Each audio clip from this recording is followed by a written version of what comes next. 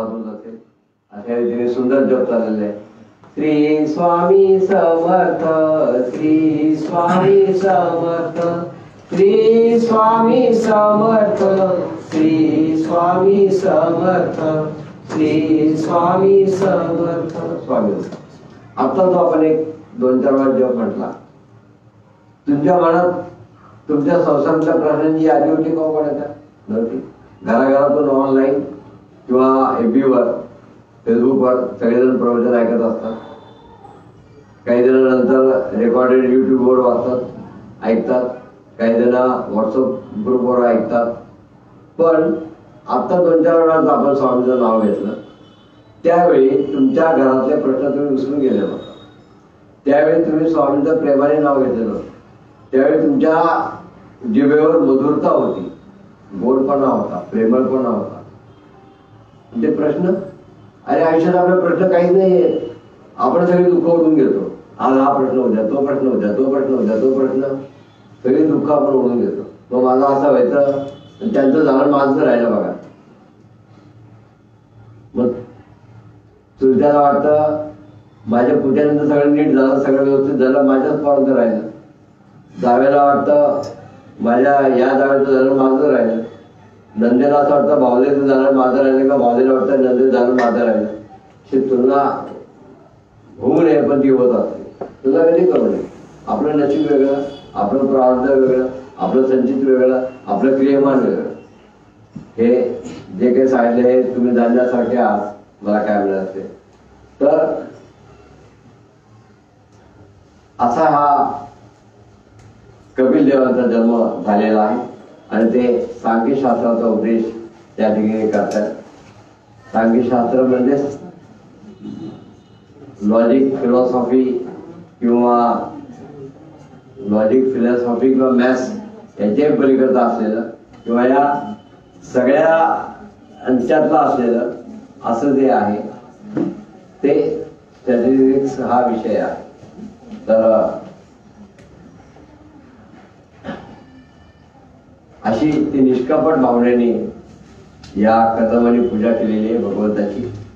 आणि ब्रह्मदेव म्हणतात की कर्दमा तू माझं ऐकलंस आणि तू अशी तुझी मनोवृत्ती धारण केली. पुढे ब्रह्मदेव म्हणतात की कर्दमुनी सर्व प्राण्यांचे निदान असलेले तुम्ही आदिपुरुष नारायण हे योग रूपाने कपिल नावाच्या अवताराने कपिल मुनी नाव धारण करून हे या कर्दम मुनींच्या आणि देवहूतीच्या पोटी जन्माला आलेले. कर्दम आणि देवहूती यांच्या पोटी हे कपिल आता जन्माला आलेले आहेत.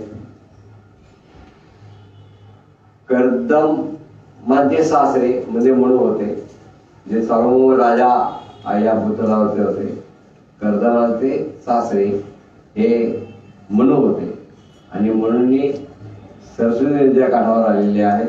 आणि त्यांनी आपल्या मुलीचा विवाह या कर्दमांशी लावलेला आहे. आणि पुढे त्यांना कपिल नावाचा जो मुलगा झाला तो म्हणजे साक्षात परमेश्वर, साक्षात वासुदेव भगवंत असे होते. त्यांना कपिल देव असं म्हणायला लागलेले होते. ते सांख्यशास्त्राचे म्हणजे स्टॅटिस्टिक्सचे महान असे ज्ञानी होते. आणि मग ते पुढे असं म्हणतात ब्रह्मदेव की राजकुमारी साक्षात श्रीहरींनी ज्ञान विज्ञानाच्या द्वारे कर्मवासना उखडून टाकण्यासाठी, कर्मवासना नष्ट करण्यासाठी तुझ्या पोटी जन्म घेतलेला आहे.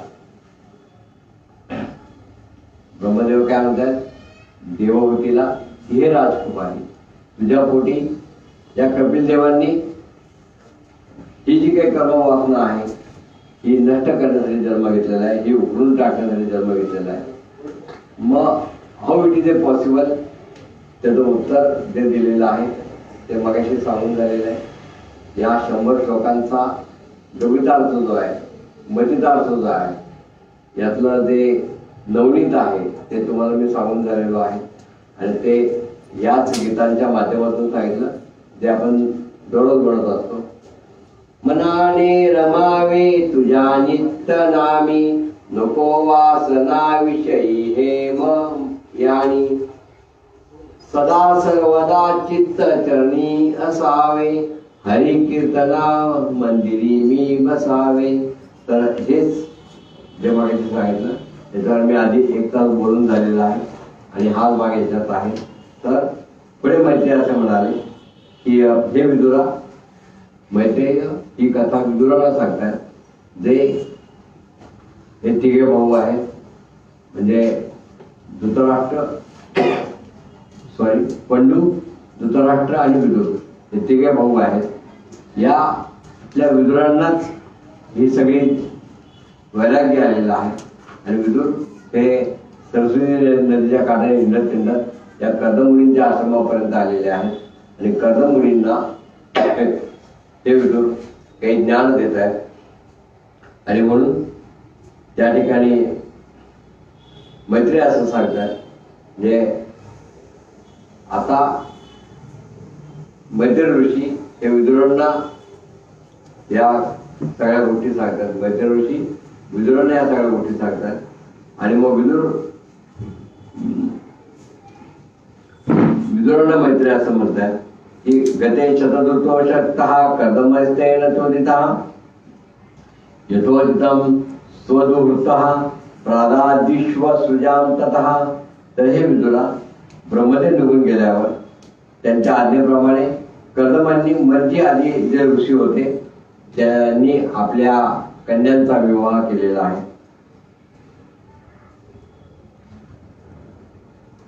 कर्दमांनी आपल्या ज्या काही मुली होत्या त्यातल्या एका मुलीचं नाव देवहूती आहे. तिचा विवाह त्यांनी कर्दमांनी त्या मुलीचा विवाह या मनुची मुलगी आहे देवहूती, तिचा विवाह, मनुची मुलगी जी आहे देवहूती तिचा विवाह या कर्दमांशी लावलेला आहे. आणि त्यांना आणखी काही मुली होत्या. तर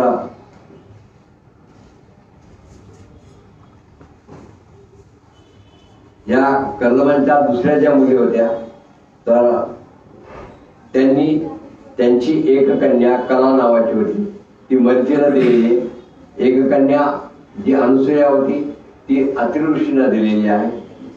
दुसरी मुलगी श्रद्धा ही अंगानीला या ऋषींना दिलेली आहे. आणि हविलभू नावाची मुलगी त्यांनी पुलस्त्याला दिलेली आहे. पुलहाला गती नावाची त्यांनी कन्या दिलेली आहे. कृतूला साध्वी नावाची मुलगी दिलेली आहे. भृगुला ख्याती नावाची मुलगी दिलेली आहे. आणि वसिष्ठाला अरुंधती नावाची मुलगी त्यांनी दिलेली आहे. अथर्व ऋषींनी ज्यामुळे यज्ञकर्मांचा विस्तार केला त्यांना शांती नावाची मुलगी दिलेली आहे. अथर्व ऋषींना ज्यांनी यज्ञाचा विस्तार केला, यज्ञकर्म कसं असावं याचा पायंडा पाडला, ते समाजाला दाखवलं, अशा अथर्व ऋषींना यांनी आपली शांती नावाची मुलगी दिलेली आहे. आणि अशा या कर्दमांनी आपल्या मुलींचा विवाह केलेला आहे. पुढे कर्दम मुनी कपिल देवाला म्हणालेले आहे की अहो या पापकर्मामुळं या दुःखमय संसारात अनेक प्रकारच्या पीडा या मानवाला भोगाव्या लागतात. आणि त्यामुळं त्या दुःखात ती माणसं डुंबून जातात. आणि मग या लोकांवर बऱ्याच काळानंतर भगवंताची कृपा होते किंवा भगवंत प्रसन्न होतात. पण त्यासाठी काही सोपा मार्ग असावा. तर तो मार्ग आपल्याला या देवहूती जी आहे तर त्या देवहूतीचा मुलगा जो आहे ज्याने आता कपिलदेव नावाने जन्म घेतलेला आहे तर तो कपिलदेव आता हे याचा सोपा मार्ग आपल्याला सांगत आहे. तो सोपा मार्ग म्हणजे मगाशी सांगितलेला अत्यंत सोपा मार्ग. मनाने रमावे तुझ्या नित्य नामी. मनाने तुझ्या नित्य नामात रमलं पाहिजे. ते जर रमलं तर तुला सुख दुःख काहीच राहणार नाही. दुःख काहीच तुला वाटणार नाही. तर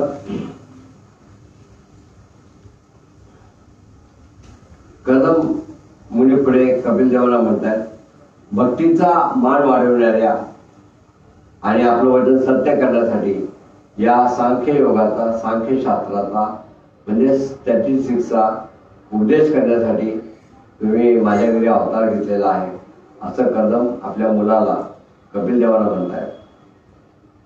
भगवंत आपण साक्षात परब्रह्म आहात अशा आपला भगवान कपिल देवांना मी शरण आलेलो आहे. आणि कदम मुनी म्हणतात की मला पुत्रप्राप्ती झालेली आहे. मी देवहूतीला वचन दिलं होतं किंवा माझ्या सासऱ्यांना वचन दिलं होतं. सासरे म्हणजे म्हणू आहे, त्यांना मी सांगितलं होतं की मला अपत्य प्राप्ती झाली की मी पुन्हा संन्यास ग्रहण करेन, पुन्हा सगळं सोडून मी माझ्या उपासनेसाठी, माझ्या उपासनेच्या कर्तव्यासाठी किंवा संन्यास घेण्यासाठी मी घर सोडून जाईल. तर ती वेळ आलेली आहे. आणि म्हणून अशा वेळेस कदम मुनी असं म्हणतायत की आता मी संन्यास ग्रहण करणार आहे आणि आपलं चिंतन करत करत, आपलं स्मरण करत करत, तुमच्या नामात रमून मी शोकरहित असा होऊन, कुठल्याही प्रकारचा शोक नाही, सगळा आनंदी आनंद आहे असं समजून मी संन्यास ग्रहण करून विहार करत राहील, फिरत राहील असं ते म्हणालेले आहेत.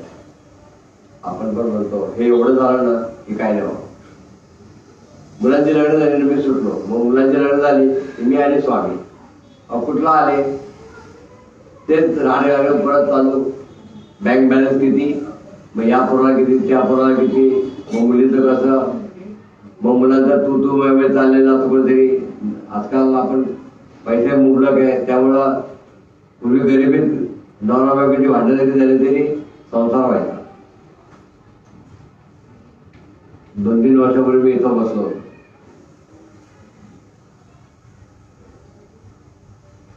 मी असं म्हणत नाही की प्रेम करू नये, प्रेम करावं पण ते टिकवावं, आणि टिकवलं तर ते शेवटाला यावं म्हणजे लग्न करावं. तर अफेअर होतं आणि आणखी दुसरा भेटला आणि गुड बाय केला पहिल्याला. That's a very bad thing. म्हणजे इट्स अ नॉट फेअर. अशा गोष्टी मला सांगत पण जाऊ नका असं मी त्यांना सांगतो. पण असेच एक जण आले, म्हणजे असं आम्ही एकमेकांना ओळखतो. दोघांचं जर पॅकेजची मी बसल्या बेरीज केली, कारण गणित करायची आवाज, कारण व्यापारासारखं गणित करावं वाटतं, आकडेमोड सारखी असते. तर मी त्याच्याकडे बघतच राहिलो. दोघांनी मगर पट्ट्यात जागा घेतलेली होती आणि दोघांचं पॅकेज मी ऐकलं. तर ऐकून मी जरा हजर होत. दोघांचं मिळून 35 लाखाच्या घरात पॅकेज होतं दोघांचं मिळून. आणि म्हणलं ह्या एवढा पैसा काय करायचं, म्हणजे महिन्याला 3-4 लाख रुपये काय करणार असं त्यावेळी वाटलं 2 वर्षापूर्वी. तर त्याने तुमचा आशीर्वाद घ्यायला आलोय, आम्हाला असं लग्न करायचं, करू का, करा म्हटलं. लग्न झालं, सगळा आनंद झाला. अक्षरशः समजा याबरोबर त्यांचं माझं बोलणं झालं तर पुढच्याबरोबर पण दोघं आहे, बरं झालं बाबा दोघं आहे. पण ती मुलगा पुढे आली, काका म्हणलं काली गोरा होतो बोलवते गेला, आज हिला काय झालं, तर घासा बेसा वाचला. म्हणजे मी माझी समजून झालं, घासा बेसा वाचला जाऊ दे. म्हणलं काय झालं, म्हणजे नाही मला त्याच्याविषयी बोलायचं. म्हणजे ठीक आहे आपण नंतर बोलू. कुठेतरी बस मागेल, थोड्या वेळा मिस्टर आले. कुठेतरी कार पार्किंगला जागा नसते आपल्या येते, कुठेतरी गाडी लावून आली, कार पार्क केली आणि आले. त्याने मला म्हणजे काका नंतर बोलायला का माहिती, मला म्हणतो की मागं बसली बघा. बरं मग या जगात मला नाही बोलायचं. आणि मला आम्हाला दिवस घ्यायचा आहे, ते कपाळला हात मारून घ्यायचा. अरे लेखा म्हणलं आठवड्यापूर्वी लग्न झालं तुमचं आणि लगेच दिवस, ते ऐकतच नाही काय. खूप विगो आहे तिला तिच्या पेमेंटचा. मला तेवढंच पॅकेज आहे ना. म्हणून मग भांडण कशाला, मजा करा ना. नाही माझं नाही पडणार ते, पण ती खूप वाटते, ते ऐकतच नाही माझं. मग म्हणलं नाही तीच भले मला दिवस पाहिजे. म्हणलं मग पुढं काय करायचं, नाही ना म्हणला ती अजिबात ऐकत नाही. आणि मी काय बोलायचं लांबच राहिलं. ती मला मध्येच वेळ बोंबीला डिरेक्ट ठेवून तुला. आता मला घरी सांगितलं, घरी म्हणजे तू तुझ्या पद्धतीने लग्न केलं आणि तू आता आम्हाला कसं सांगायला आलास की तू ते असं म्हणजे मी तुला ठेवून देईल. म्हणलं मग तू काय म्हणला? मला आता तुम्ही सांगताना मठात नेहमी मी तुमची प्रवचनाला येतो पहिल्यापासून की शांत राहा. मी आपलं शांत राहतो, धन्य बाबा आता शांत राहा. पण ती ठेवून द्यायला तू एकदा मागे तरी खाऊ नकोस काम करायचं एखादी. खरी गोष्ट सांगतोय म्हणला. दातांनी काय बोललो नाही. माझ्या शेजारी आमचे आणखीन सवंगडी होते, मोपाडवा असेल, वैशाली असेल, ही सगळी आमच्या पहिल्या लाईनीतल्या सगळ्या लोकांनी गोष्ट माहिती. सगळ्यांना म्हणजे सगळ्यांना पहिल्या 2 लाईनी आमच्या येण्याच्या जत्रेमधल्या, म्हणजे त्यांची येण्याची जत्रा हा ग्रुप आहे, पण त्या ग्रुपमध्ये मलाच घेतलं बघा, कारण मी त्यांच्यावर येणार आहे. पण ते सगळ्या ग्रुपमध्ये मला ऍड करतात बघा. पहिला माझा फोटो आणि काय ऍडमिन, कसला ऍडमिन मी ऍडमिन, हे ऍडमिन बरं का माझे सगळे हे ठरवते. काका खाली या बरं, आले काका काका जाऊ जा आता बरोबर खूप उशीर झाला जा चालू वर. काका यांना भेटायचं बरोबर भेटतो. काका अजिबात भेटू नका आता सगळ्यांना बाद झालं जा वरती. अरे काय म्हणजे आमच्या ग्रुपचे तुम्ही नाहीये पण सेवक बोले आणि काकाच आले असं झालंय आमची अवस्था. शेवटी देवानेच आम्हाला शिकवलं की देव म्हणतो मी भक्तांच्या आधी रे, मी म्हणतो आम्ही त्या सगळ्यांच्या आधी रे. तर स्वभाव जाऊ द्या. मी शेजारच्या बाजूला सांगितलं कुठल्या तरी भक्ताला, म्हणजे कुणी असेल त्यांना म्हणलं त्यांना आपली एक पोथी द्या. त्यांना म्हणलं याचं दररोज आपली स्वयंपाक पोथी काका आहे की आमच्याकडे पोथी आणि मग ते वाचत नाही. बरं आता दिल्लीत राहू दे तुमच्याकडे म्हणलं पोथी वाचा, पुन्हा 8 दिवसांनी या म्हणलं. आधीमध्ये अजिबात मला तोंड पण वाचलं. तर म्हणजे आवाज कसे तर तो ती मला म्हणजे मागच्या सीटवर बसतो आणि मग मी मागच्या सीटवर आहे, ती पुढच्या सीटवर आहे. ती गाडी चालवते, मी ड्रायव्हिंग करते. म्हणल्या काका काय सांगायचं मला, मी पाठीवर स्वामी स्वामी म्हणत आलो. म्हणलं का तिने अशी का गाडी जोरात मारली की मला आता मी रस्त्यातच काकाची बाई गाडच व्हायची नाही, एवढ्या जोरात गाडी मारली. अहो सगळ्या गाड्या ओव्हरटेक करत आली त्या हडसनवरून सुद्धा, त्या फ्लायओव्हर ब्रिज वरून सुद्धा. मी सुद्धा कधी एवढ्या जोरात गाडी चालवली, एवढ्या जोरात आली ती गाडी. आणि ते निघताच मला सांगितलं गाडी मी चालू तू बस माग. मी बसो माग म्हणला. हे अशी म्हणलं माझी अवस्था. अरे म्हणलं आता शांत हो. जाताना उलट समजलं की तिला हाकून हाक पाहिजे. म्हणलं आता तू असं तू मागं जा गाडी चालव आणि याच्यात बदल नाही करायचा. ते हो काका नाही करत. मग दोघांना पोहोचली दिली. 8 दिवसांनी परत आले आणि आमचं पॅचअप झालं. असं वाटलं एक डेव्हिडेट ठेवून राग येतो मला एकदम. पण ते स्वामी शेजारी आता मी कोणाला अशी ठेवून देऊ शकत नाही. दिल्ली सुद्धा असते मी काय सांगता येत नाही. असा राग येतो मला. मग अरे मूर्खांनो ऍफेअर होतं लव्ह मॅरेज केलं ठीक आहे. मी परवानगी दिली का आता कोणाचं तोडू नये. झालं तुमचं सगळं सुरळीत झालं.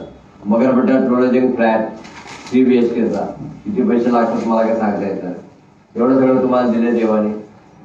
घर आहे, गाडी आहे, सगळ्या सुखसोयी आहेत, आम्हा पैसा आहे. मग हे काय 8 दिवसापूर्वी येत आहे लग्न करू का, आठवड्याने परत येत आहे दिवस घेऊ का, पुढच्या आठवड्यात येत आहे पॅचअप झालं, परत जर आला ना डोक्यात दगड घालायला बोलत खरंच घालायचे असं सांगितलं मी. पण मौलीच्या कृपेने संसार मार्गाला लागलेला आहे. त्याला आता एक छोटं बाळपण आहे. आता मुलगा का मुलगी ते मी विसरलो, पण बाळपण आहे त्याला पण टॅटू करत घेत आले. मला आता सांभाळी आपली माया. आता माया अडका स्वामी अडकायचं का मायात अडकायचं तुम्ही तुमचं ठरवा. तर अशा गोष्टी असतात. पण यांचे कर्म गोष्टी पक्के होते बरं का, आपल्यासारखे नव्हते. आता मुलांचे झाले की आम्ही सुटलो बरं का, मग आपलं स्वामी आणि आम्ही मग काय मला जमत जातात काका अरे हो हळू बोलत झाला मला ऐकून घ्यावं लागतं. मला ती सवय द्यायची काय नाही. आता मी सगळं झालं बरं का, सगळ्यांना व्यवस्थित केलं. मग आता नाही आता मी सगळी सेवा करणार, एकटी करणार. मग मी झाडून काढणार, मीच फरशी पुसणार, मीच गंध उघडणार, मीच सत्यांच्या घालणार.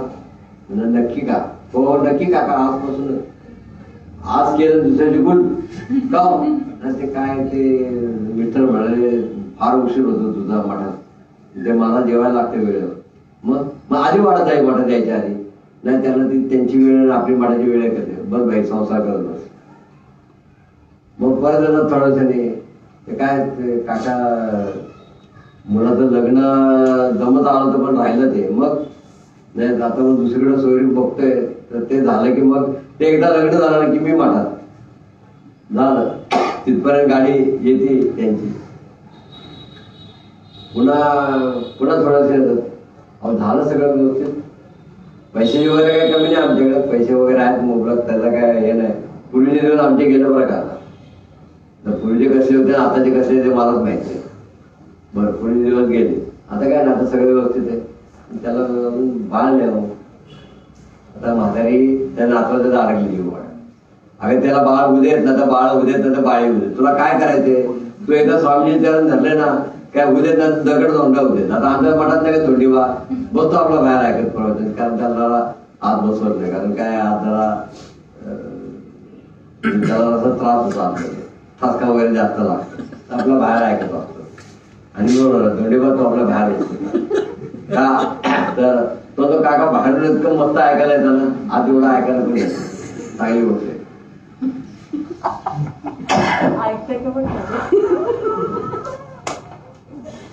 तर हा आत्मज्ञानाचा जो मार्ग आहे ना हा खूप काळापासून नष्ट झालेला, लुप्त झालेला, गुप्त झालेला आहे. आत्मज्ञानाचा हा मार्ग आहे.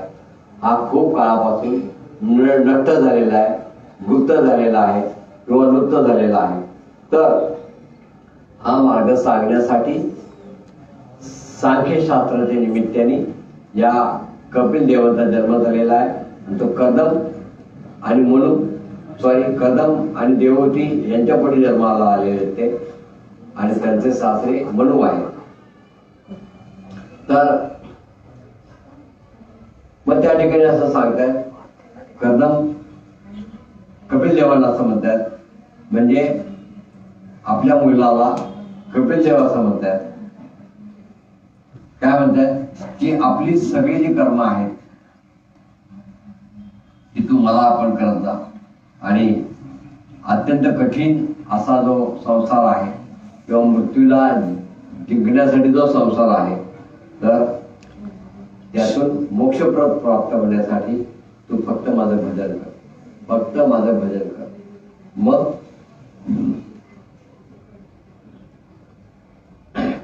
म्हणून बघायचं पुन्हा सांगतो आपलं वासुदेवाचं गीत. सदा सर्वदा चित्त चरणी असावे हरि कीर्तना मंदिरी मी बसावे. हरि कीर्तनाला मंदिरात बसत का? 8:30ला आपल्या मठाची सुरुवात होते दररोज. गेल्या 47 वर्षात 9ला आपलं सगळं संपतं. मग त्यावेळेस आमच्या देण्याचे जत्रेतले आम्ही प्रमुख आणि बाकी सगळे चेले. म्हणजे काकाने सांगितलं. म्हणजे काकाने सांगितला शब्द कुठं टाकतील याचा पत्ता नाही.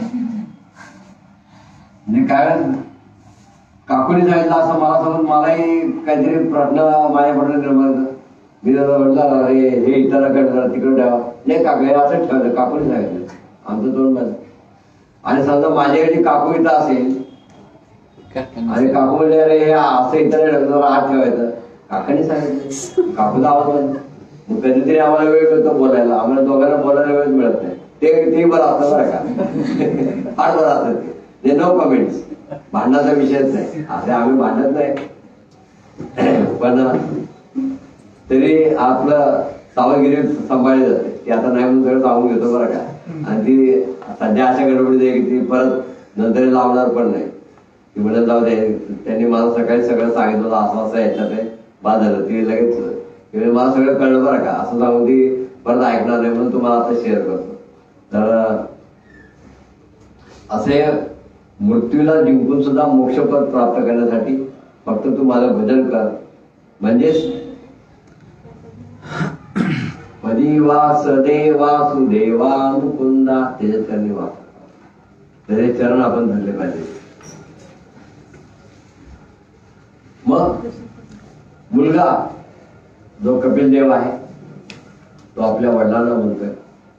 तो साक्षात भगवंत आहे की जो कर्दम आणि देवहूतीच्या पुढे जन्माला आलेला आहे.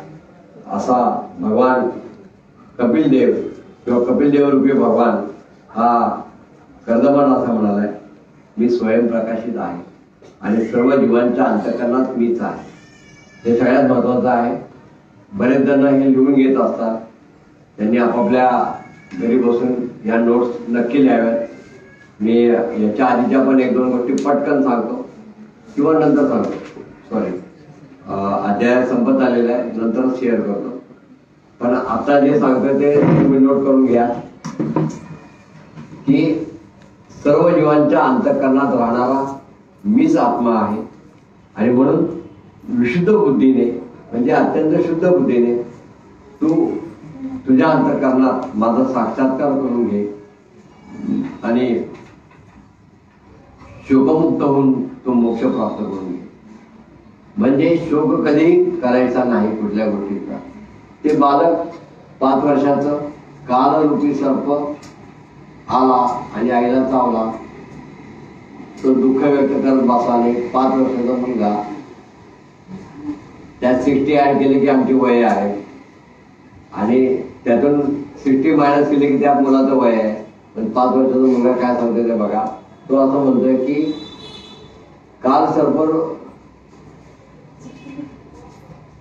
कालरूपी सर्प येऊन चावला, ज्या काळाने ग्रहण केलं असा तो सर्प येऊन माझ्या आईला चावला. एवढंच म्हटलेलं आहे. याचा अर्थ आई गेली आणि मग मी पुढे चालायला लागलो. आणि मग तो असा म्हणतोय की भक्तांचं कल्याण इच्छिणाऱ्या भगवंताची जी कृपा आहे असं समजून मी पुढे चालायला लागलो. भक्तांचं कल्याण इच्छिणाऱ्या भगवंताची जी कृपा आहे असं म्हणून मी पुढे चालायला लागलो. हे जर तुम्ही सगळ्यांनी पूर्णतः आपल्या अंतःकरणात साठवलं तर इथं प्रश्नोत्तरच करायला नको, तर कोणालाही प्रश्न येणार नाही. फक्त भक्ती केली जाईल आणि भक्ती करून आपापल्या घरी आनंदाने जाते. तर जोपर्यंत समजत नाही तोपर्यंत सांगणं माझं काम आहे. म्हणून मी हे 18,000 श्लोक सांगायचा अट्टहास या ठिकाणी स्वामींच्या चरणी घेतला. आणि म्हणून याच्यासाठी केला होता अट्टहास. तुकाराम महाराज म्हणतात कशासाठी? यासाठी केला होता अट्टहास, शेवटचा दिवस गोडा व्हावा. शेवटचा दिवस म्हणजे राहिलेले शेवटचे दिवस. मी म्हणा शेवटचा दिवस, शेवटचा दिवस आपला अजून खूप लांब आहे. आपण मला लय टाइम आहे असं म्हणाल, खूप खूप मोठ टाइम आहे. अरे असं नाही, शेवटचा दिवस म्हणजे राहिलेले जे शेवटचे दिवस आहेत हे आता तुमच्या आमच्या आयुष्यातले कुणी असणार, लहान मुलगा असला तरी त्याचे आजपर्यंतचे दिवस गेले, राहिलेले दिवस जे आहेत ते सुखाचे जावेत, आनंदाचे जावेत. आनंदाचे डोई आनंद तरंग असं जर यावं असं वाटत असेल तर आणि तरच. म्हणून तुकाराम महाराज सांगतायत, जगद्गुरु संत श्रेष्ठ तुकाराम महाराज सांगतायत की ज्यासाठी केला होता अट्टहास, शेवटचा दिवस गोड व्हावा. तो तुमच्या आयुष्यातला सगळा काळ हा याच्या पुढचा, आज मी सांगतो याच्या पुढचा आनंदाचा जावा. म्हणून त्या मुलाचं लक्षात ठेवायचं. भक्तांचं कल्याण इच्छिणाऱ्या भगवंताची जी कृपा आहे असं समजून मी पुढे चालायला लागलो. हे एक वाक्य आपण आयुष्यात लक्षात ठेवलं, सुख दुःख आपल्याला काहीच करणार नाही. दुःख येईल पण किंचित पाय मोडण्यापेक्षा किंचित ठेच लागेल आणि बरं होईल. पण ते लक्ष त्यांच्याकडे पाहिजे, तो अट्टहास पाहिजे. पण लक्ष जर सगळीकडे असेल, सगळ्या दुनियेकडे, मग माझं झालं, मग मुलांचं झालं, मग नातवांचं झालं, मग एवढं सगळं झालं, मग आता काय राहिलं नाही. ते काय जरा जावेच्या मुलांचं पण असंच आहे. मग थोड्या दिवसांनी भावले आहेत त्यांच्या मुलांचं असं आहे. मग थोड्या दिवसांनी लांब मोठे कुठले तरी नातेवाईक असतात, त्यांच्या पोटात काहीतरी दुखायला लागतं. ते अमुक आहेत ना, ते कुठं राहतात नाही, त्या आपले तर राहतात, कुठं राहतात ते लंडनला राहतात. अगं माझी आई तुला काय करते, लंडन राहतात त्याचं नाही. त्यांचं पण जरा ते पण म्हणले मला जरा त्यांचं फोडालता काम राहते, जरा काकांना सांगा जरा पॅकेज वाढवून देते. आमच्या इथले काही फिलिपाईन्सला पण आहेत, मग फिलिपाईन्स म्हणून कधी निरोप येतो, ते आमचं जरा पॅकेज थोडंसं वाढलं पाहिजे. बरं वाढव पॅकेज करत वाढवलं. तो विषय नाही आपल्याला पुढचा विषय बघायचा आहे. तर विशुद्ध बुद्धीने आपल्या अंतःकरणामध्ये आपण भगवंताचा साक्षात्कार करून घ्यायचा आहे. आणि म्हणून आपल्या वडिलांना कपिल देव असं सांगतायत कर्दम ऋषींना की तुम्ही तुमचं मन हे विशुद्ध करा आणि विशुद्ध करून अंतःकरणात माझा साक्षात्कार करून घ्या. आणि मग मैत्रेय असं म्हणाले की भगवान कपिलांनी असं सांगितल्यावर कपिल देव त्या ठिकाणी बसलेले असतात. त्या कपिल देवांना त्यांचेच वडील कर्दम हे प्रदर्शना घालतायत आणि त्यांचे वचन लक्षात ठेवतायत आपल्या मुलाचं, की जो कपिल देव म्हणून भगवान जन्माला आलेला आहे तुझं वचन लक्षात ठेवतायत. काय की विशुद्ध बुद्धीने आपल्या अंतःकरणात भगवंताचा साक्षात्कार करून घ्यायचा आहे, आत्मसाक्षात्कार करून घ्यायचा आहे हे लक्षात ठेवतात. आणि म्हणून आपल्या मुलाला ते प्रदक्षिणा घालतायत आणि प्रसन्न चित्ताने ते मनात निघून जातात. आम्ही सुद्धा वनात जायचं बऱ्याच वेळा ठरवतो. वनात म्हणजे हे एवढं झालं ना की घरदार काय नाही म्हणून खूप केलं आम्ही. मी किती लहानपणापासून कष्ट केले, आधी असं केलं मग तसं केलं मग तसं केलं, मग सगळं सेटअप झाला. तर मग गिर वेगळे निघाले, मग परत मग आमच्या कुटुंबावर झालं, परत ते खूपच घाबरले. आता कसं व्हायचं, त्यांना मी धीर दिला, मी त्यांच्या मागे होते ना म्हणून त्यांचं असं चांगलं झालं बरं का. हे प्रत्येक जण म्हणजे आमची पण बायको म्हणते की नाही म्हणून मी तर सांगतो. तर याचं काय, यांनी काहीच घरात ठेवलं नसतं. आजपर्यंत सगळं वाटून वाटत सगळे रिकामे झाले असते. बसल्या ते घरी मला म्हटलं तू स्वामी म्हणून मी म्हणतो बाबा मी म्हणून सगळं टिकवलं बरं का. असं ती म्हणत नाही पण असं म्हणू शकेल ती. तर अहिंसादी मुनिव्रतांचं पालन करेल. अहिंसाधिक लक्षात घ्या, अहिंसाधिक मुनिव्रतांचं पालन करीत ते भगवंताला शरण गेले. अहिंसाधिक मुनिव्रतांचं पालन याचा अर्थ अहिंसा म्हणजे तुम्ही प्राण्यांची हत्या करायची एवढ्या पुरतं मर्यादित नाही. अहिंसा म्हणजे कोणाच्याही मनात दुखवायचं नाही, कोणाच्याही शरीराला आपल्यामुळे त्रास द्यायचा नाही.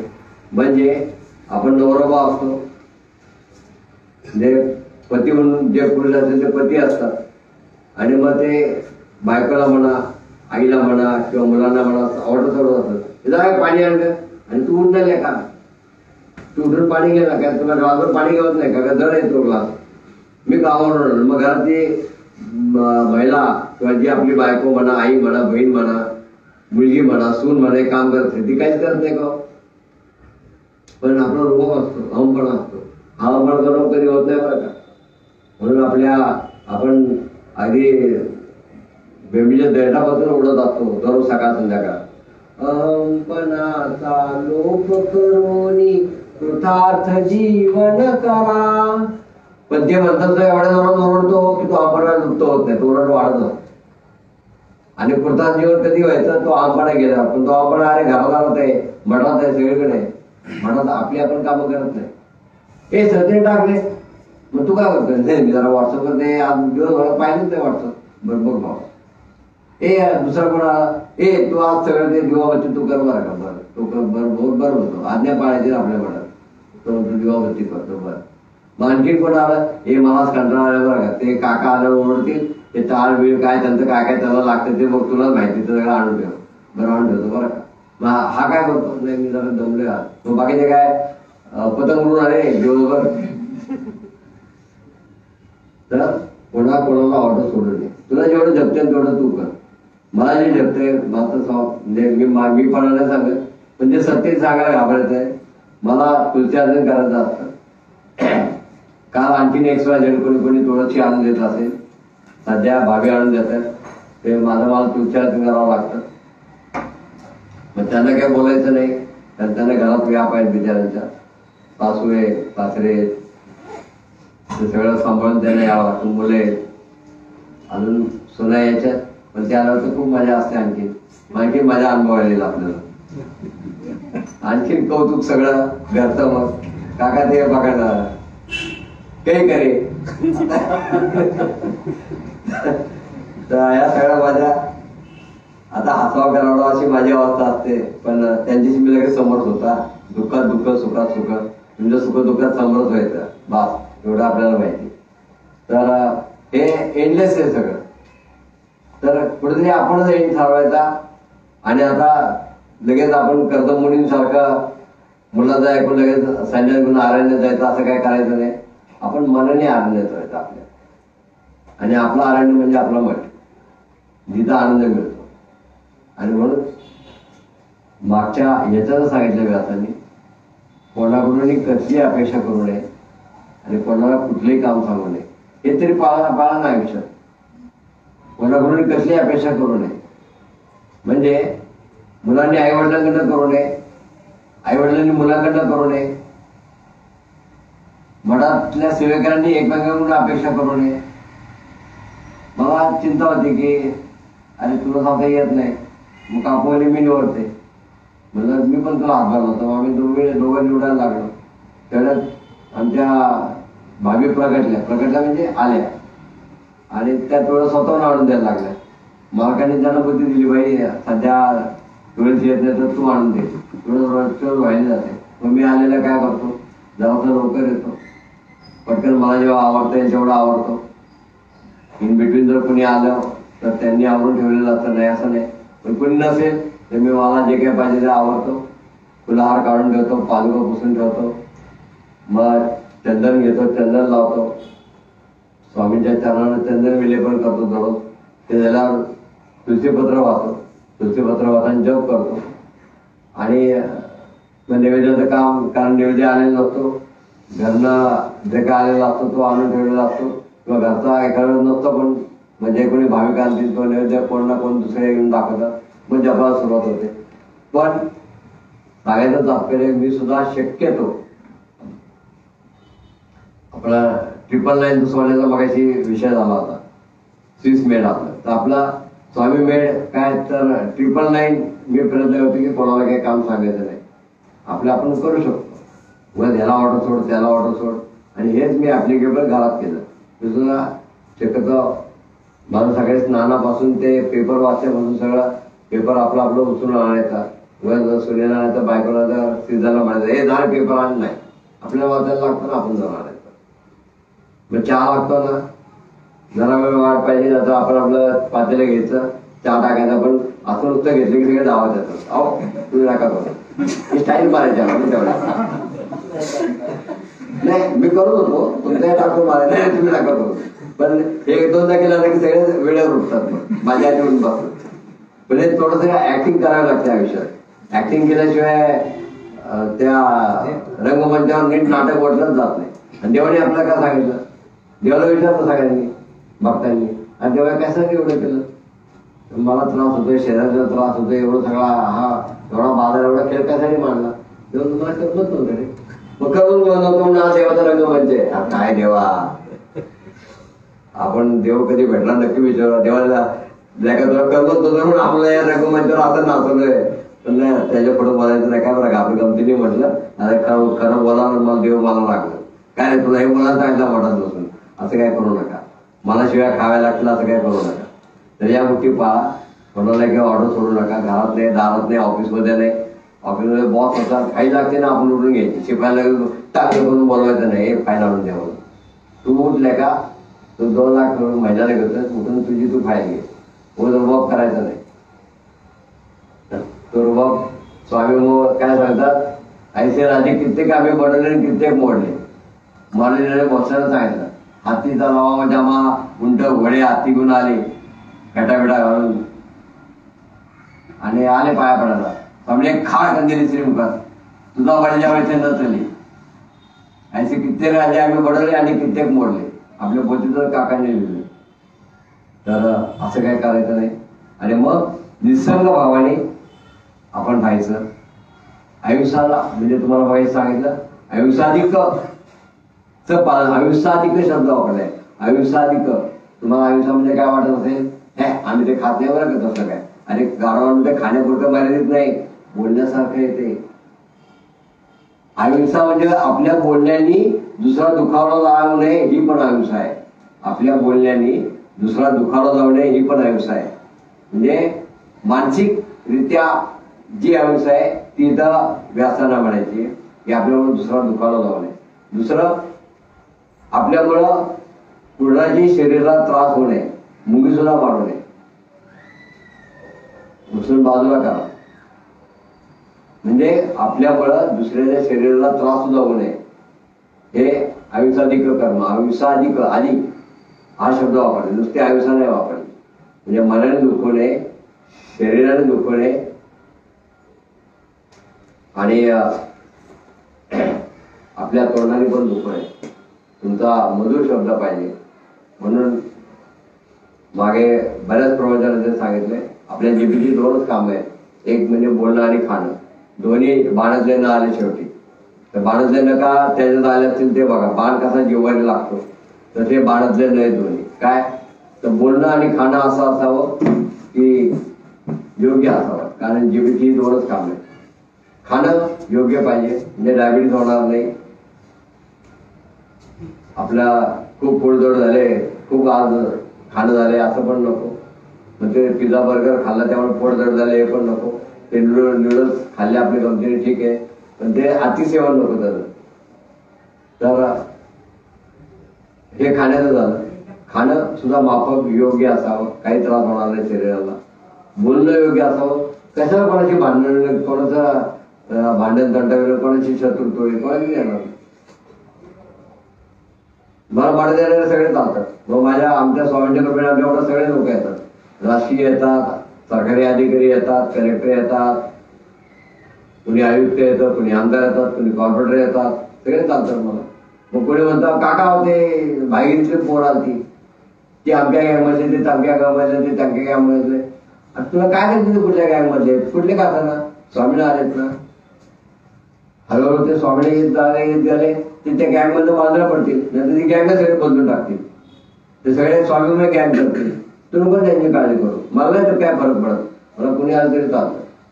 तर आपला स्वभाव आहे, आपण नीट वागा. आधी धड वागायला शिका, मग नीट वागायला शिका. नीट वागायला खूप वेळ लागतो. धड वागायचा आधी शिका, धड वागला तर नीट वागायला. तर असं करता करता निसंग भाव त्यांच्या मनात निर्माण व्हायला पाहिजे. म्हणजे लगेच आई वडील घरदार बायका पण सोडून द्यायचे असं नाही. नंतर घरी गेल्यावर म्हणू नका नवऱ्याला जेवायला वाढलं नाही का काका झालं निसंग व्हायचं म्हणजे झालं का काकाची पहिली दिवस दुसऱ्या येते लगेच सासू देईल कमरेला पदर फुटून का आमच्या सोन्याला असं शिकवलं. तसं नाही. निसंग वागा म्हणजे ही सगळ्यांच्याच राहा, पण चिपटू नका कशाला. अटॅचमेंट वृत्ती ठेवू नका, नो अटॅचमेंट ही वृत्ती ठेवा. तर अशा रीतीने परमभाव भक्तीने सर्वांतर्यामी सर्वज्ञ असा भगवान या वसुदेवाच्या चित्तामध्ये स्थिर झालेला आहे. तर आणि असं आपल्या चित्तात एकदा भगवंत स्थिर झाला की तो आपल्याला सगळ्या बंधनातून मुक्त करतो. आपल्या चित्तामध्ये भगवंत एकदा स्थिर झाला, आपल्या चित्तामध्ये स्वामी समर्थ एकदा स्थिर झाले तर ते आपल्याला सगळ्या बंधनातून मुक्त करतात. आणि आत्मस्वरूपामध्ये जे आपल्या भगवंता स्थित झालेले आहेत त्यामुळं आपण दोषरहित होतो आणि द्वेषरहित होतो. दोषरहित पण होतो आणि द्वेषरहित पण होतो. आपल्या मनात हेटेटिंगची भावना नको, आपल्या मनात कुठला एगो नको. असं द्वेषरहित आपलं मन व्हायला पाहिजे आणि दोषरहित पण व्हायला पाहिजे. कुठल्याही दोषाने आपलं मन युक्त नसावं. आणि म्हणून भगवत भक्तीने संपन्न होऊन कर्दमांनी भगवंताचं परमपद प्राप्त करून घेतलं. म्हणजे कपिल देव जे आहेत जे सांख्यशास्त्राच्या माध्यमातून भगवंतासारखं आपण कसं व्हावं हे त्यांनी सांगितलं सांख्यशास्त्राच्या माध्यमातून. ते कपिल देव हे या कदम आणि देवतीच्या पुढे जन्माला आलेले आहेत. परंतु आता उलट झालेले आहे. कपिल देवांनीच आपल्या वडिलांना संन्यास घेताना 2 गोष्टी सांगितलेल्या आहेत आणि कर्दम मुनी मोठ्या आनंदाने संन्यास ग्रहण करून निघून गेलेले आहेत. पुढचा अध्याय घेणार आहे. इति श्रीमद भागवत महापुराणे पारमहंस्या संहिताया तृतीय स्कंदे कपिले चतुर्थो विषयोऽध्याय. आता 25वा अध्याय शौनकाने उच्चारलेला आहे. शौनकोवाच किबलस्तव संख्याताः भगवनात्म माया जाता स्वयं मजः साक्षादात्म प्रज्ञ तप्ते नृणाम. तर शौनकाने विचारलेलं आहे. तत्वांची संख्या सांगणारे जे कपिल आहेत ते साक्षात अजन्मा असून म्हणजे ज्यांना जन्म नाही मृत्यू नाही असे साक्षात अजन्मा हे नारायण आहेत. असे असून देखील ते आत्मज्ञानाचा उपदेश करण्यासाठी या मायेने उत्पन्न झालेले आहेत. आत्मज्ञानाचा उपदेश करण्यासाठी कपिल देव हे उत्पन्न झालेले आहेत. शौनक मुनी असं म्हणतात, मी भगवंताची अनेक चरित्र ऐकली, अनेक लीला ऐकल्या, परंतु कपिलांच्या पण काही गोष्टी तुम्ही मला सांगितल्या तरी माझं मन काही अजून तृप्त झालेलं नाहीये, तर त्या गोष्टी अजून ऐकायची माझी इच्छा आहे असं शौनक मुनी म्हणतायत. मैत्री ऋषी मग म्हणालेले आहेत, आपले पिता म्हणजेच आपले वडील जे कर्दम आहेत ते वनात निघून गेल्यानंतर भगवान कपिल देवांनी भगवंत कपिलांनी आपल्या मातेला आनंद द्यायच्या दृष्टिकोनातून ते बिंदुसर तीर्थावर सरस्वती नदीच्या ठिकाणी राहायला लागलेले आहे. बिंदुसर नावाचे तीर्थ हे मागच्या गुरुवारी आपण याचा अभ्यास केलेला आहे, हे कथा ऐकलेली. बिंदुसर नावाच्या तीर्थावर हे कपिल देव राहायला लागलेले आपल्या देवकी या आईच्या घरी. देवकी मग म्हणालेली आहे, आपण या सर्व जीवांचे स्वामी आहात, भगवान आदिपुरुष आहात आणि आपण सूर्याप्रमाणे प्रगट झालेले आहात. पुन्हा तेच मगाशी जे सांगितलं ते या ठिकाणी आलेलं आहे. आता मे देव समोहमो प्राकृष्टम तोमहर्षी योग व गृहो हम मेति चेतस्मिन योजत्वस्वाहा. तर मी आणि माझेपणा हा आपला दुराग्रह असतो, तो दुराग्रह आपण निर्माण केलेला आहे आणि म्हणून मी आता माझा मायामोह हा नष्ट करत आहोत आणि देह आणि गृह यामध्ये मीपणा चालवत आहे. मगाशी आपण हा अभ्यास केलेला आहे की आपण कशाला अडकतो, गृह आणि देह, आपल्या देहात आणि धनात, धन गृह आणि देह ह्याच्यात आपण अडकलेलो असतो. या तीन गोष्टी, ह्याच्या व्यतिरिक्त मला वाटतं चौथी गोष्ट नसावी, देह गृह आणि धन. तर भगवान मग कपिल उत्तराला मातेला असं म्हणतात, हे माते, सुखदुःखाची सर्वस्व निवृत्ती करणारा अध्यात्म हाच एक मोठा योग आहे. सुखदुःखाची निवृत्ती करणारा अध्यात्म हाच मोठा योग आहे आणि अध्यात्म हे सगळ्यांच्या कल्याणाचं साधन आहे. पुन्हा एकदा सांगतो, या महत्वाच्या ओळी आहेत.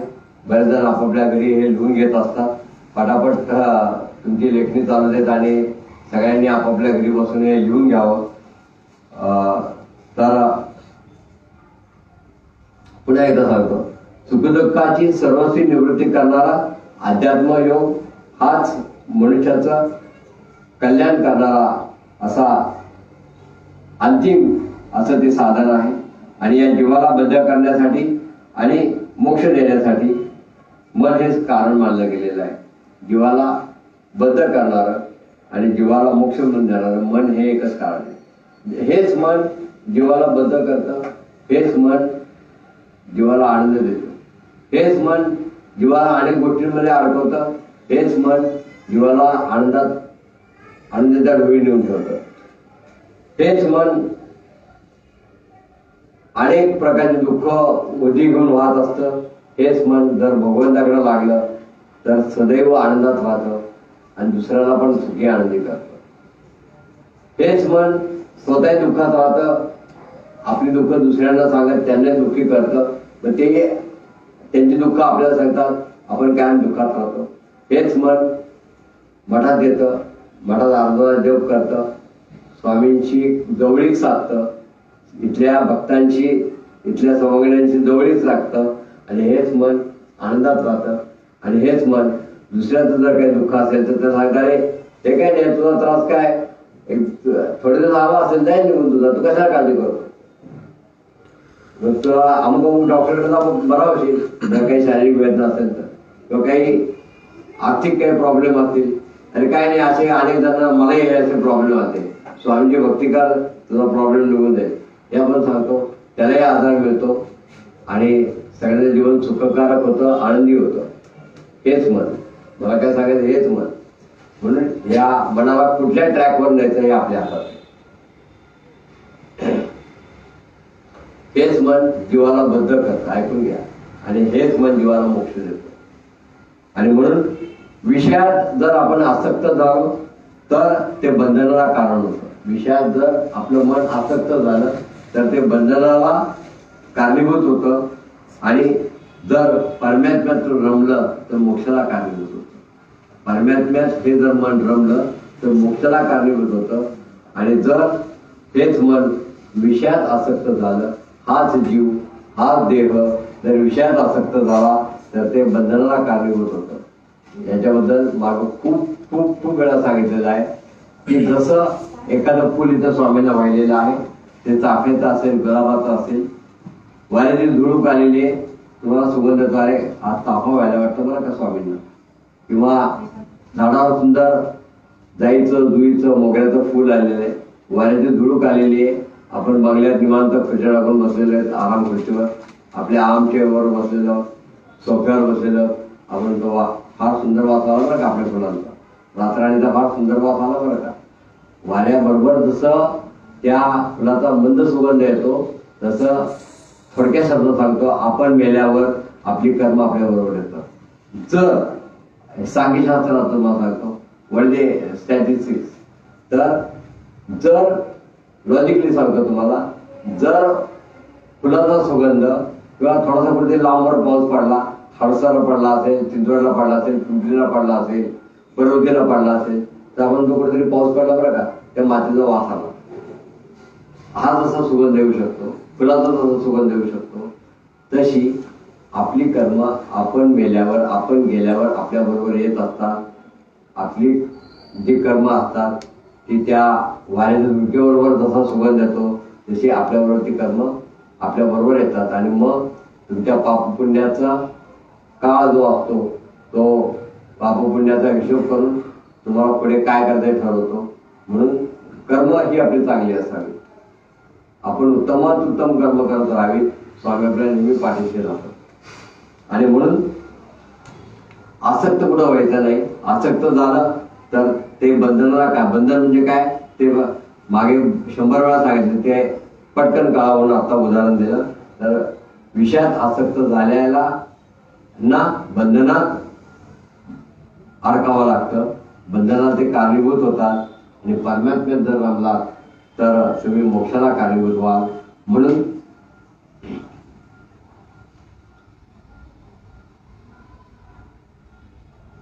पदी वासुदेवा मुकुंदा सदा सर्वदा चित्त चरणी असावे. हरी कीर्तना मंदिरी मी बसावे, तुझे नाव माझ्या वदिनी वसावे. तर मी माझं हे सोडून दिलेलं आहे, परमात्म्यात मी रमलेलो आहे. आणि म्हणून योग्यांना भगवत प्राप्तीसाठी सर्वात्मा श्रीहरीच्या भक्तीसारखा कुठलाच मार्ग नाही. योग्यांना किंवा भक्तांना, साधकांना, मुमुक्षूंना जर आनंदात राहायचं असेल तर भक्तीसारखा कुठलाच मार्ग कल्याणाचा नाहीये. म्हणून साधा सोपा मार्ग आहे हा, जो कपिल देवाने सांगितलेला आहे की माझं भजन करत राहा, माझं पूजन करत राहा किंवा माझी भक्ती करत राहा. भक्तीसारखा कुठलाही कल्याणकारी मार्ग नाहीये. मग ती तुम्हाला जमेल तशी कशी करा. आणि आसक्ती जी असते त्या आसक्तीलाच आत्म्याचं न तुटणारं असं बंधन म्हणतात. आसक्तीलाच आत्म्याचं न तुटणारं बंधन म्हणतात. म्हणजे आपली जर अटॅचमेंट एखाद्या ठिकाणी राहिली तर ती इतकी राहते की त्यामुळे आपण त्या बंधनात अडकतो. आणि मग पुन्हा पुनर्वी जन्म, पुनर्वी मरण, पुन्हा त्याच गोष्टी, पुन्हा त्याच गोष्टी, पुन्हा जन्माला येतो, पुन्हा त्याच गोष्टी करतो. कारण पूर्वजन्मीचे संस्कार झालेले असतात, पुन्हा त्याच गोष्टी नको त्या आपल्या हातनं घडतात आणि पुन्हा तेच भोगावं लागतं. आणि म्हणून सोप्या शब्दात या ठिकाणी सांगितलंय, आसक्तीलाच लोक आत्म्याचं न तुटणारं बंधन म्हणतात. म्हणून या बंधनात आपल्याला राहायचं नाही, आपल्याला परमात्म्याच्या आनंदात राहायचे. तर या सगळ्यातून आपली या बंधनातून सुटका होईल. मग भगवान आपल्या मातेला समजावत आहेत, कारण आपले वडील कर्दंद्रे आहेत, ते संन्यास घेऊन अरण्यात निघून गेलेले आहेत. आपली माता जी आहे देवहूती, त्या देवहूतीला वाटतंय की माझे पती जर आता संन्यास घेऊन हे निघून गेलेले आहेत संन्यासाश्रम त्यांनी घेतलेला आहे, कुठं वनात निघून गेलेले. तर आता माझं काय, म्हणून आई ही मुलाला प्रश्न करते, कारण मुलगा देवरूपाने जन्माला आलेला आहे. जसं या पिठापूरला सुमती आणि अप्पलराजा, सुमती आणि अप्पलराजांच्या पोटी श्रीपादश्री वल्लभ जन्माला आलेले आहेत. आणि ते आपल्या आजोबांना, बाप्पांना आणि आपल्या सगळ्या नातेवाईकांना तत्वज्ञान सांगतायत. आणि दत्तजप शूद्रांना देत आहेत. ते लक्षात घ्या, शूद्र म्हणजे वाईट नाही. आपण कुठल्याही वर्णाचे असा, शूद्र म्हणजे सुद्धा वाईट नाही. त्यांनाही प्रेमाने वागा, जवळ करा. कारण साक्षात श्रीपादश्री वल्लभांनी पिठापूरला आणि कुरवपूरला राहून शूद्रांना दत्तजप दिलेला आहे. कोणाला दिला दत्तजप? शूद्रांना. तुम्ही याचं पुस्तक काढून वाचा, कोणाचं? शंकर भट्टांचं. त्यात वाचा की शूद्रांना श्री गुरु दत्तात्रयांनी म्हणजे श्रीपादश्री वल्लभांनी श्री दत्तजप दिलेला आहे. दत्त जपाचा दत्त नामाचा प्रसार कुरवपूरला आणि पिठापूरला श्रीपादश्री वल्लभांनी म्हणजे दत्तांच्या पहिल्या अवताराने केलेला आहे. आणि स्वामींच्या रूपाने मी म्हणून सांगत नाहीये, पण एक स्वामीचा भक्त नावाच्या आत्मा म्हणून मी तुम्हाला सांगतोय. मलाही काही कनेक्टिव्हिटी स्वामींकडे मिळत असतात. तर त्यांनी दत्तांचा प्रसार शूद्रांना केलेला आहे हे मला पूर्वीच स्वामींनी सांगितलेलं आहे. म्हणजे ही गोष्ट लॉजिक दृष्ट्या ही सत्य आहे. कारण शंकर भट्टांनी जरी सांगितलं असलं तरी माझ्याही मार्कांनी, स्वामी समर्थांनी, माझ्या गुरूंनी मलाही सांगितलेलं आहे, अरे त्यावेळी श्रीपादांनी या शूद्रांना दत्तजप दिलेला आहे. आपण शूद्र म्हणून कोणाचा तिरस्कार करू नका. तर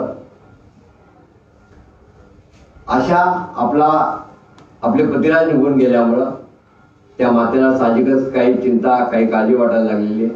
म्हणून ती माता आपल्या मुलाला, कारण तो आता देव आहे, जसं सुमती आणि अप्पल राजाच्या पोटी हा श्रीपादश्री वल्लभ जन्माला आलेले आहे, किंवा आंबा माधवाच्या पोटी नृसिंह सरस्वती कारंजाला जन्माला आले.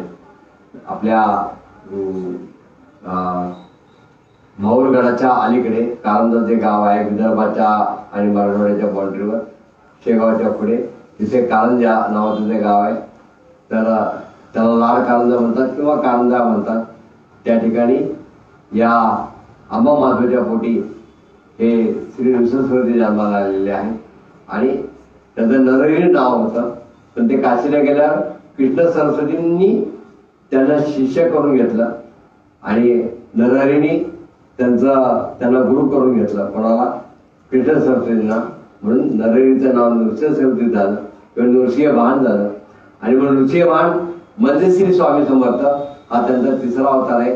आधी तुम्ही अक्कलकोटला गेल्यावर जरा नीट अभ्यासवृत्तीने पाहिलं तर चोळप्पा महाराजांनी त्यावेळेस वरती जो बोर्ड लावलेला आहे तो जरा झाकला गेला असेल थोडाफार, पण नीट तुम्ही तो बोर्ड पहा समाधी मठातला, बुधवार पेठेतला, वरती लिहिले नृसिंहभान मठ. काय लिहिले? नृसिंहभान मठ. हुई नृसिंहभान? नृसिंहभान म्हणजे नृसिंह सरस्वती. हे स्वामींनी सांगितलेलं. मग कशाला ते पोचान पुराण उकरायला जातात? स्वामींनी स्वतः सांगितलं ना, मी नृसिंहभान आहे. आणि नृसिंहभान कधी होते? ज्यावेळेस ते अंबा माधवच्या पोटी जन्माला आले कारंजाला, तेच पुढे नरहरी म्हणजे नृसिंहभान, त्यावेळेस त्यांचं नाव नृसिंहभान. त्या अवतारामधलं नृसिंह सरस्वती असताना यावेळेचं पण नाव नृसिंहभान म्हणजे श्री स्वामी समर्थ. कारण ते समाधी मठावर लिहिलेलं आहे नृसिंहभान मठ. या गोष्टी बारीक सारीक असतात. याला म्हणायचं सांख्यशास्त्र, याला म्हणायचं स्टॅटिस्टिक्स, याला म्हणायचं लॉजिक, फिलॉसॉफी, मॅथ्स, त्याच्या पलीकडचं स्टॅट्स. हे सगळं ज्याला येत असेल, ज्याला लॉजिक येते, ज्याला फिलॉसॉफी येते, ज्याला मॅथ्स येते, त्याच्या पुढची स्टेज म्हणजे या तिन्हीचा अभ्यास झाल्यावर जे येतं ते सांख्यशास्त्र, त्याला स्टॅटिस्टिक्स म्हणतात. तर तू मत परायण हो, माझ्यातच तुझं चित्त लाव, म्हणजे तुझ्या जीवाचा उद्धार होईल. आणि सर्वसंग परित्याग जर केला तर सर्वसंग परित्याग केलेल्यालाच सत्पुरुष म्हणायचं. सत्पुरुष कोणाला म्हणायचं? सर्वसंग परित्याग केला त्याला सत्पुरुष म्हणायचं. म्हणजे आपण आपल्या घरात राहून सुद्धा सर्व संग परित्याग करू शकतो, आपल्या घरातल्यांची अटॅचमेंट हळूहळू सोडू शकतो. जेवढा खाण्यापुरतं बोलण्या चालण्यापुरतं घरात राहायचं, पण रमायचं स्वामींचं, रमायचं स्वामींच्या मठात. मी म्हणत नाही आपल्या त्या मठात रमा म्हणून, कुठेही मठ असतील या जगात, कुठल्याही देवाचे असतील, मस्जिद असली तरी मला चालेल.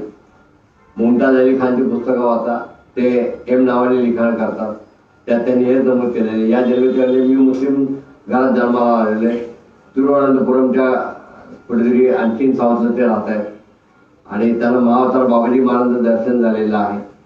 ते हिंदूंचंही करतात, मुस्लिमांचंही करतात.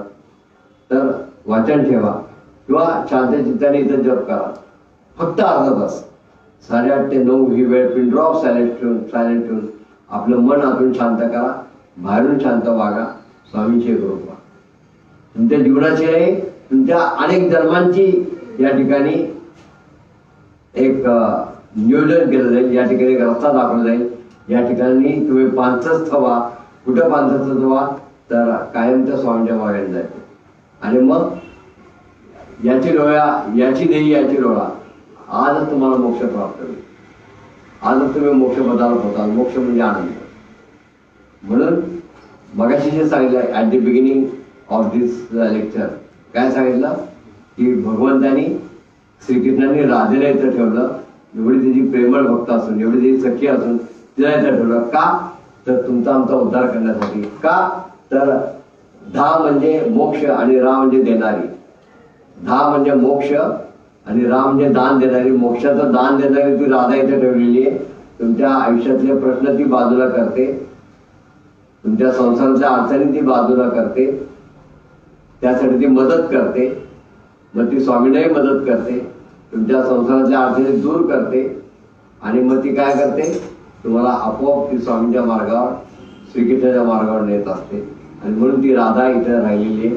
बिचारीला वियोग झाला असेल आपल्या देवापासून, आपल्या सवंगड्यापासून, आपल्या मित्रापासून, आणि तरीही तुमच्या आमच्यासाठी इथं राहिलेली आहे. हे 10 वेळा लक्षात घ्या की देव तुमच्या आमच्यासाठी अवतार घेतो. देवाला काय स्वर्गात जागा कमी पडली म्हणून खाली येतो असं नाही. देव तुमच्या आमच्या जीवाचा उत्कर्ष व्हावा, तुमच्या आमच्या जीवाला सद्गती लाभावी, तुमच्या आमच्या जीवाचं कल्याण व्हावं म्हणून देव अनेक वेळा अवतार घेत असतो. आणि म्हणून अलीकडच्या काळात श्री स्वामी समर्थांचा अवतार झालेला आहे. तर अशा प्रकारे वैराग्य उत्पन्न झाल्यावरच त्या वैराग्ययुक्त ज्ञानाने आणि योगाने, वैराग्याच्या ज्ञानाने आणि योगाने आणि आपल्या दृढ भक्तीने आपला अंतरात्मा हा जो स्वामीमय आहे, हा अंतरात्मा आपल्या हृदयात जो भगवंत आहे तो आपल्याला दिसायला लागतो. आणि मग देवहूती असे म्हणालेले आहे की सहज असं मला निर्वाणपद, मोक्षपद प्राप्त होईल असं तुम्ही मला सांगा. तर तिचा मुलगा, या देवहूतीचा मुलगा म्हणजेच कपिलदेव असं सांगतात की अगं तू हे अत्यंत सोपं असं आहे शास्त्र, तू ते समजून घे आणि फक्त तू माझं भजन कर, माझ्या चिंतनात, माझ्या भजनात तू रमून जा. मग मैत्री असं म्हणतायत विदुरा, जिच्यापासून त्यांनी स्वतः जन्म घेतला, ज्या देवभूतीपासून ज्या कपिल देवाने स्वतः जन्म घेतला, त्याच मातेला त्याचा उपदेश करतायत. आणि त्या प्रेमामुळं कपिल देवांच्या हृदयात प्रेम दाटून आलेलं आहे, स्नेह दाटून आलेला आहे. आणि त्यांनी सांख्यशास्त्राचा, भक्ती आणि योगाचा उपदेश तिला केलेला आहे. भगवान म्हणजेच कपिलदेव असा आता आईला म्हणतात. पण या ठिकाणी व्यासाने असं लिहिलेलं आहे, कपिलदेव हा शब्द आता गेलेला आहे. कपिलदेवांना, कपिलदेव मध्येच भगवंत आहे म्हणून व्यासाने असं लिहिलेलं आहे. श्री भगवान उवाच, भगवान उवाच, कपिलदेव वाच म्हटलेलं नाही. साक्षात भगवान काय सांगतात ते श्री भगवान उवाच, देवानां गुणलिंगानां श्रविक कर्मणाम तत्व एवैक्य मनसो विद्या स्वाभाविकित्वया. तर तू श्रीहरींच्या ठिकाणी स्वाभाविक अशी वृत्ती ठेव, सहज, व्हेरी इझिली गोईंग, लिलया. जसे तुम्ही मित्रांचे वागता, जसे आईवडिलांच्या आदराने वागता, जसे आजी आजोबांच्या आदराने वागता, तसं तुम्ही माझ्याशी प्रेमाने आदराने वागा. आणि मग भगवंताची निर्हेतुक भक्ती करायला शिका. निर्हेतुक भक्ती करायला शिका. कशी भक्ती करा? निर्हेतुक. मनात काही हेतू नाही. देवाला समजतं तुला काय देतं काय नाही. तुला या संकटातून दूर काढायचंय हे देवाला समजतं. त्याला पाडावाद्याची काहीच गरज नाही. मग अशी 3 निर्हेतुक, मगाशी 3 नीचा उल्लेख स्वामींच्या कृपेने माझ्या तोंडातून झाला. तर ते निर्हेतुक एक सांगितलं, मी विसरलो असेल. निसंग एक सांगितलं आणि निष्काम एक सांगितलं. तर अशा ह्रस्व नि जे आहेत अशी 3 लक्षात ठेवा. त्यातला निसंग सांगितला, निष्काम सांगितला आणि निर्हेतुक वृत्तीने भगवंताची भक्ती करा. आणि मग माझ्या चरण सेवेत प्रेमाने तुम्ही युक्त व्हा. माझ्या चरण सेवेत प्रेमाने तुम्ही भजन करा. माझ्या चरण सेवेत तुम्ही फक्त मला प्रेम द्या. भगवद्गीतेला सांगितलंय, कृष्णाने अर्जुनाला सांगितलंय, अर्जुनाकडे सुंदर फुलं नाहीत नसू देत. मला नैवेद्य दाखवायला महानैवेद्य नसेल, पुरणपोळी नसेल, बेसनाचे लाडू नसेल, भजी नसेल, पापड नसेल, नसू देत. मग तू काय कर? मला 1-2 फुलं वा. अरे फुलं नसतील ना तर कुठल्या झाडाचं पान मला वा, मला चालेल.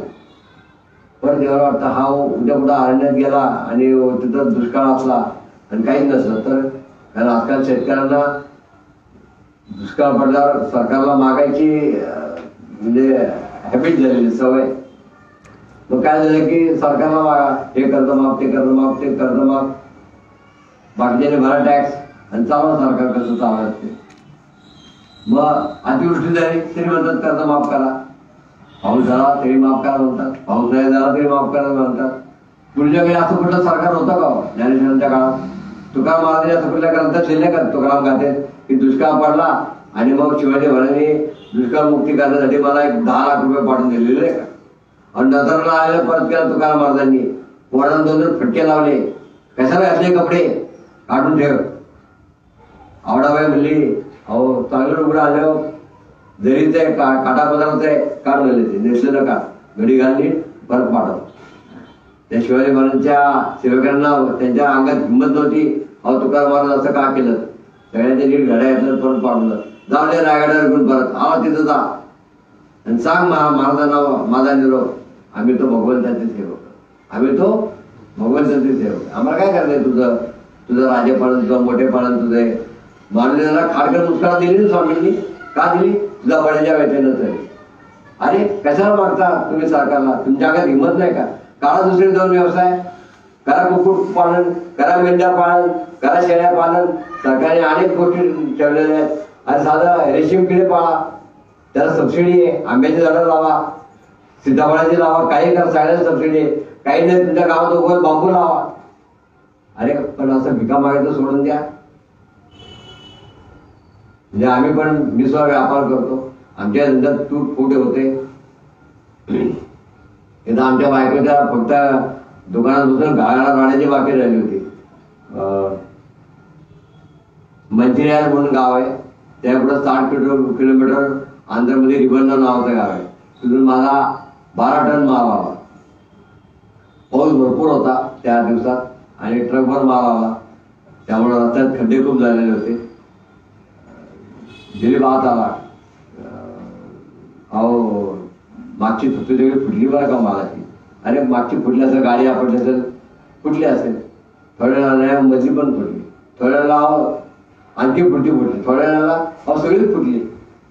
अरे बापरे, अख्खा ट्रक खाली उतरवला, सगळ्या फुटक्या मालात उतरवला. दरवेळेला माझी काही चुकल्या, रस्ते अशाच होते. त्याला त्याचं पेमेंट दिलं, कंपनीला त्या कंपनीचं पेमेंट दिलं, हातात काही नाही लागलं. उलट तुटला फुटलेला माल उचलून टाकायला मला आणखी एक ट्रक बोलवावा लागला, आणखी माझे आम्हाला बोलावं लागले. तो माल भरून लांब पडे बाहेर कुठे टाकावा लागला. त्यावेळेला पाणी आलं होतं, पण अशा वेळेस हिंमत हारायची नाही. पण अशा वेळेला आम्ही सरकारला मी गेलो नाही की माझा एवढा माल फुटला त्या पैसे म्हणून. आम्ही आमचं जीवन जगायला शिकतो. तर आपलं जीवन आपण जगायला शिका, आपण मार्ग काढायला शिका. मार्ग काढायला तुम्ही प्रयत्न करत राहा, स्वामी पाठीशी आहे. भिवू नकोस, मी पाठीशी आहे. कधी तर तू भिवू नकोस, म्हणजे तू असं कर्म कर की तुला भीती वाटता कामा नये, मग मी तुझ्या पाठीशी आहे. तर असं तू माझ्या चरणसेवेमध्ये राहा, मी तुझ्या पाठीशी आहे, आणि मग तुला परमपदाची अशी प्राप्ती निश्चित होईल, असं या कपिल देवाने आपल्या मातेला देवहूतीला सांगितलेलं आहे. आणि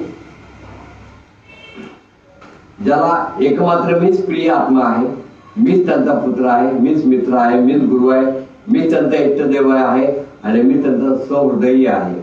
आणि म्हणून माझ्या आशीर्वाद जे राहतात त्यांचं जीवन मी शांतमय करतो आणि त्यांना सगळा आनंदी जीवनात देत असतो. आणि त्यांना कुठल्याही प्रकारच्या भोगावातून मी वंचित ठेवत नाही, आणि कालचक्र सुद्धा त्यांना ग्रासू शकत नाही. फक्त माझ्याकडे लक्ष द्या, फक्त मला प्रेमाने एकदा हाक मारा श्री स्वामी समोर. मग भगवंताने काय सांगितलं, मगाचा विषय संपलेला नाहीये. भगवंताने काय सांगितलं, तुझ्याकडं न पुष्पम न तोयम, काहीच नाही तुझ्याकडं, तर मला एक पळीभर पाणी अर्पण कर, बस मी आनंदी. पळीभर पाणी पण नाही आपल्याकडे, असं होणारच नाही. आणि मी तर काही तेही नसेल, नुसतं प्रेमाने एकदा नाव घ्या देवाचं. मग भगवंत असं सांगतात या वेळेचं सांगी शास्त्र जे कपिल देवाने सांगितलेलं आहे की एक मात्र प्रिय असा आत्मा हा आपला भगवंत आहे. मग भगवंत म्हणतोय की पुत्र मीच, मित्र मीच, गुरु मीच, आणि तुमचा सहृदय मीच, तुमचा हितचिंतक पण मीच, तुमचं कल्याण करणारा पण मीच, असा मी तुमचा इष्टदेव आहे. आणि मग मी तुम्हाला कुठल्याही संकटात ठेवत नाही, तुम्हाला सगळ्या संकटातून मी दूर करत असतो. तुमचं मी कल्याण करायला इथं बसलेलो आहे. आणि मग जे लोक इहलोक आणि परलोक या दोन्ही लोकांमध्ये जाणाऱ्या या वासनेमय लिंग देहाला जोडणार ते धन आणि गृह इत्यादी पदार्थ पुन्हा ते चालत. इहलोक आणि परलोक या दोन्ही लोकांमध्ये वासनामय लिंगदेहाला, हा लिंगदेह वासनामय आहे, कारण तो बंधनात अडकतो. म्हणून बंधनात आसक्त व्हायचं नाही, परमात्म्याशी आपण युक्त व्हायचं. हे आपण मगाशी अभ्यासलेलं आहे. तसंच आता इहलोक आणि परलोक या दोन्ही लोकांमध्ये वासनामय लिंग देहाला आणि शरीराशी संबंधित असं ते धन आहे, असे ते गृह आहे, इत्यादी पदार्थ आहेत. त्याच्या संग्रहाला सोडून राहा. म्हणजे सगळं घरी सोडून लगेच माठातून राहायला येऊ नका, मला राहायला जागा ठेवा. तर अटॅचमेंट ही वृत्ती ठेवा, कर्तव्य कर्म करत राहा, शेत पिकून खात राहा, आणि अनन्य भक्तांनी अन्य रीतीने अत्यंत प्रेमाने माझं भजन करा. रोज पहाटे पाठीवरती स्वामी नाम गिरवितो, गिरवितो, स्वामी नाम गिरवितो. अक्षर ब्रह्म मम पाठीवरती हात कसा फिरवितो. कधी कधी त्या नुसत्या रेघा जरी ओढिल्या स्वामी ओ, जरी ओढिल्या स्वामी. रोज पहाटे पाठीवरती स्वामी नाम गिरवितो, गिरवितो, स्वामी नाम गिरवितो. शेवट लक्षात ठेवा, कधी न फुटावी पाटी माझी, कधी न फुटावी पाटी माझी, कृपा असू द्या तुमची ओ स्वामी, कृपा असू द्या तुमची ओ स्वामी, कृपा असू द्या तुमची ओ स्वामी, कृपा असू द्या तुमची. रोज पहाटे पाठीवरती स्वामी नाम गिरवितो, गिरवितो, स्वामी नाम गिरवितो. ज्याच्या ज्या पाठीवर अक्षर ब्रह्म स्वामींचं नाव येते ते आपल्या आयुष्याची पाठी कधी फोडून देऊ नका. जर उद्या म्हणा पाठी फुटली शाळा सुटली असं करू नका लेखांनो. तर ती पाठी जपून ठेवा, म्हणजे स्वामींचं नाम आपल्या या हृदयाच्या पाठीवर जपून ठेवा. ही हृदयाची पाठी फुटून घेऊ नका. या हृदयाची लगान स्वामींजवळ ठेवा. आणि म्हणून जे अशा अनन्य रीतीने माझं भजन करतात त्यांना मी नेहमी तारायला बसलेलं आहे, त्यांचं कल्याण करायला बसलेलं आहे. त्यांना कशाचंही भय मी ठेवत नाही. एवढंच काय, त्यांना मृत्यूरूप संसार भयातून सुद्धा मी मुक्त करतो.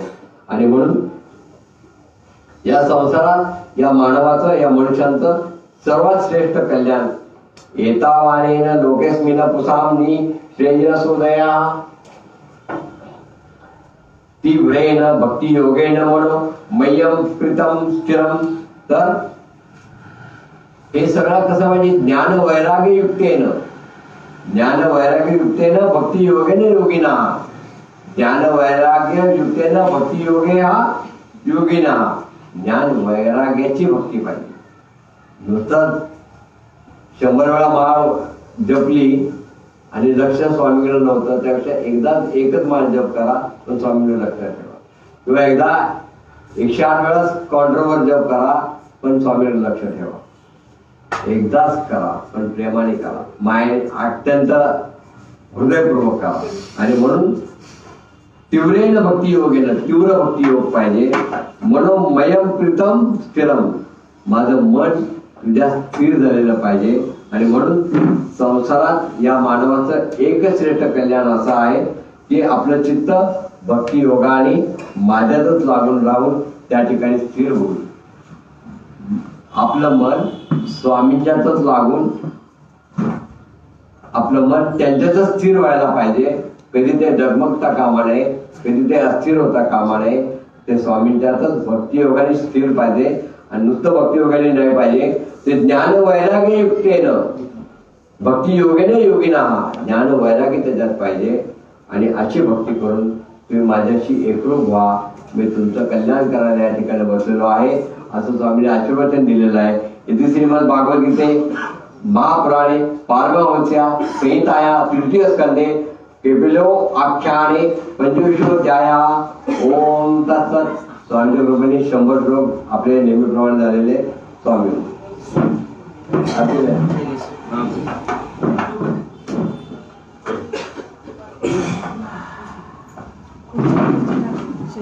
सगळं इथे बसलेल्या आणि युट्यूब किंवा युट्यूबवर ऐकण्याला आणि म्हणून ओम तत्सत्. जे बोललो ते स्वामींच्या द्या. स्वामी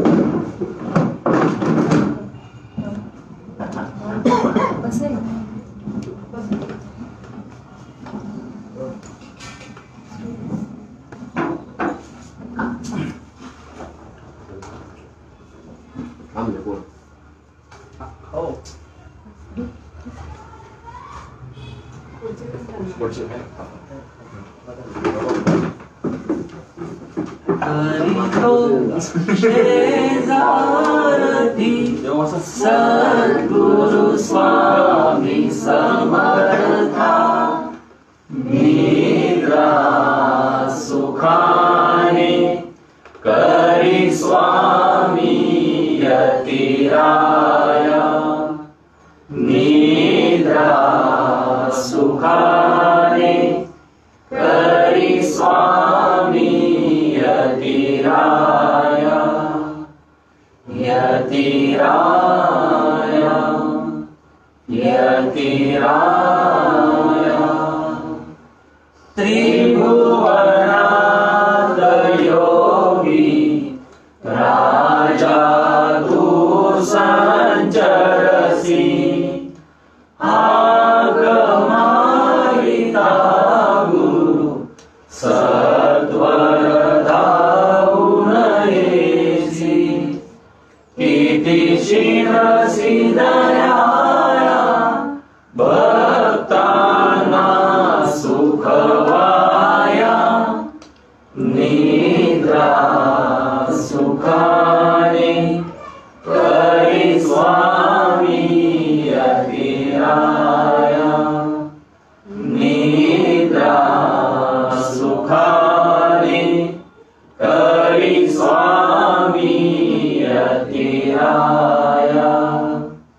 श्रीपाद वल्लभ नर नरसिंह सरस्वती स्वामी विविध रूपे जगसी सद्गुरु तू नटलासी तुझ्या चरांचा करिता निद्रा सुखाने करी स्वामी यतिराया निद्रा सुखाने करी स्वामी यतिराया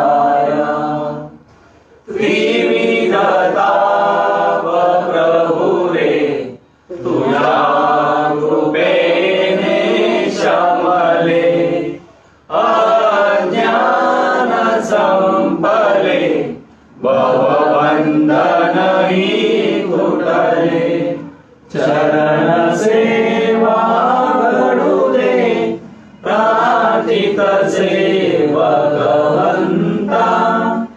निद्रा सुखाने करी स्वामी यतिराया निद्रा सुखाने करी स्वामी यतिराया सत्य शिव सुंदरता तुझ्या स्वरूपी भरली स्वामी गुरु माऊली तू भक्तांची सावली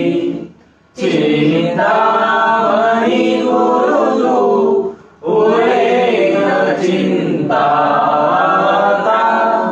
निद्रा सुखाने करी स्वामी यतिराया निद्रा सुखाने करी स्वामी यतिराया करीतो शेदारती सद्गुरु स्वामी समर्था निद्रा सुखाने करी स्वामी यतिराया निद्रा सुखाने करी स्वामी यतिराया निद्रा सुखाने करी स्वामी यतिराया यतिराया यतिराया श्री स्वामी समर्थ जय जय स्वामी समर्थ सद्गुरु स्वामी समर्थ जय जय स्वामी समर्थ जय जय स्वामी समर्थ जय जय स्वामी समर्थ स्वामी